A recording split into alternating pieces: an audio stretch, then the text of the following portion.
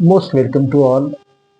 Dear student, helping works मध्ये आपण या ठिकाणी कॅन आणि could, what is that?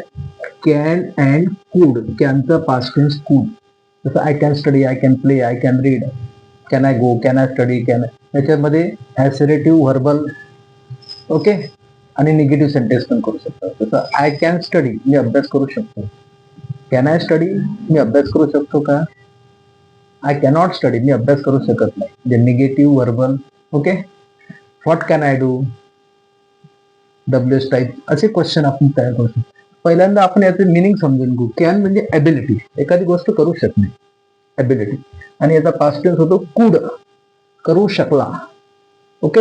He could appear in the exam, he could run, धावू शकला. याच्यामध्ये पॉसिबिलिटी असते. ओके.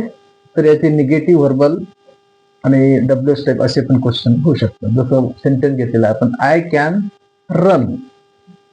कॅनची फंक्शन काय, मग काय कार्य आहे कॅनचं? ॲबिलिटी. किंवा इन्फॉर्मल मध्ये आपण परमिशन साठी पण वापरू शकतो. Okay. Can I go, can I come, अशा प्रकारे.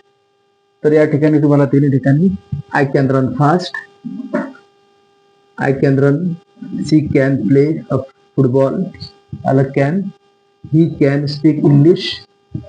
तर कॅनचा अर्थ काय? Ability. What is that? Ability. नंतर कूड, कूड म्हणजे possibility. He could tell me, तो मला सांगू शकेल. आय कुड टीच यू, मी तुला शिकवू शकेल.